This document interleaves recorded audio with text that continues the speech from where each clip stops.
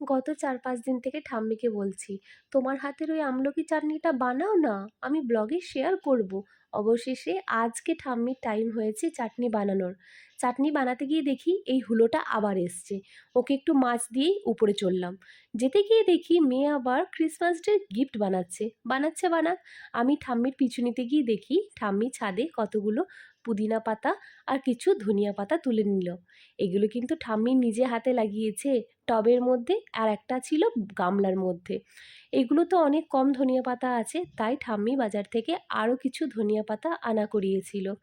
ধনিয়া পাতা, পুদিনা পাতা, আর নিয়েছিল 5টি আমলকি কুচি কুচি করে কেটে, আর নিয়েছিল একটা লঙ্কা এবং সামান্য পরিমাণে গুড়। আমরা কিন্তু চাটনিতে চিনির ব্যবহার করি না, গুড়েরই ব্যবহার করি। সবগুলো মিক্সির বাটিতে দিয়ে সামান্য পরিমাণে জল দিয়ে বেটে নিলেই হয়ে গেল তৈরি আমলকির চাটনি। খেয়ে জানিও। আজকে তবে আসি, দেখা হবে কাল।